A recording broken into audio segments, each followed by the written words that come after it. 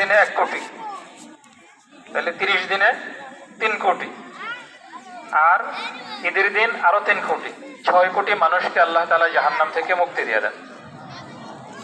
আর 29 দিন হইলে আরো 20 লাখ কমবে। তো আল্লাহ জাল্লা শানুহু মানুষকে মাফ করে দিতে চান, সাজা দিতে চান না, কিন্তু আমরা আল্লাহ তাআলার কাছে মাপ চাইতে চাই না, সাজা নিতে চাই।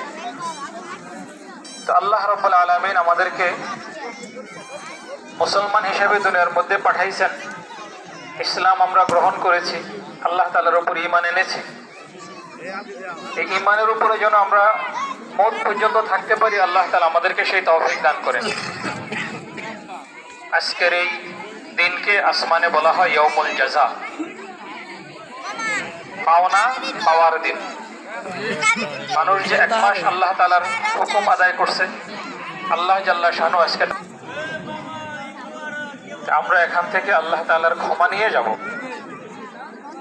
আল্লাহ জাল্লা শানু আমাদের রমজানের রোজাগুলিকে কবুল করেন, তারাবির নামাজকে কবুল করেন, ইতিকাফকে কবুল করেন, এবং কোরআনে কারীমের খতম সহ যত আমল আছে সমস্ত আমলকে কবুল করেন।